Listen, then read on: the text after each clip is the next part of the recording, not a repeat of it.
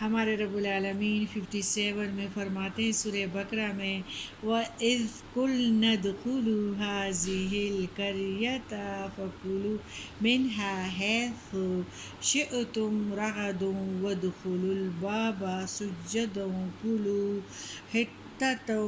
نَغْفِرْ لَكُمْ خَطَايَاكُمْ وَسَنَزِيدُ الْمُحْسِنِينَ۔ اور جب ہم نے کہا اس شہر میں داخل ہو جاؤ،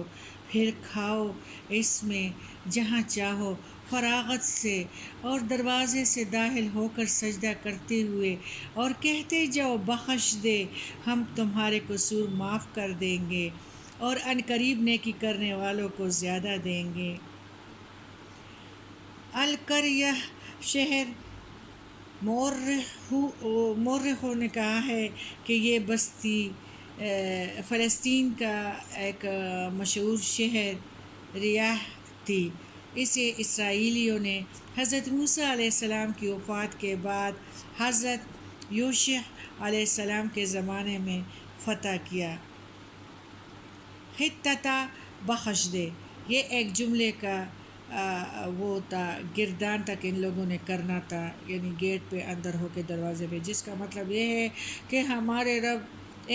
رب ہماری خطاؤں کو معاف فرما دیں۔ بنی اسرائیل کو حکم ہوا تھا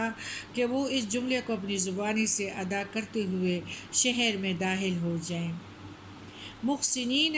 نیکی کرنے والے، یہ لفظ احسان سے بنا ہے، جس کا معنی ہے حسن و سلوک اور نیکی کرنا۔ اردو میں اس لفظ کا استعمال ہوتا ہے احسان جتلانا، احسان ڈھرنا اسلام کی تعلیم کے خلاف ہے۔ اللہ نے حضرت موسیٰ علیہ السلام کو دریائے اردن کے کنارے تک پہنچا کر کنعان کی تمام زمین دکھائی اور بتایا کہ بنی اسرائیل کو میں یہ ملک دیتا ہوں، اور عن قریب تم اس شہر میں ریاح کو فتح کر لو گے۔ جب تم اس میں داخل ہو تو اللہ کی نعمتیں اور طرح طرح کے میوے تمہیں کھانے کو ملیں گے، اس لیے ان کا شکریہ یوں ادا کرنا کہ شہر کے دروازے سے داخل ہوتے ہوئے گھمنڈ اور غرور نہ کرنا، بلکہ سجدہ کرتے ہوئے نہایت عاجزی کے ساتھ اللہ سے اپنے گناہوں کی معافی مانگتے ہوئے داخل ہونا۔ ہم تمہارے گناہ کو معاف کر دیں گے اور نیک بندوں کو اس معاوضہ میں زیادہ انعام عطا کریں گے۔ ہمارے نبی کریم صلی اللہ علیہ وسلم نے جب مکہ کو فتح کیا، گھوڑے پہ جب آ رہے تھے، جس طرح مکہ کے سرزمین میں داخل ہوئے تو آپ جھک گئے اور بڑے انکساری کے ساتھ اس سرزمین میں داخل ہوئے۔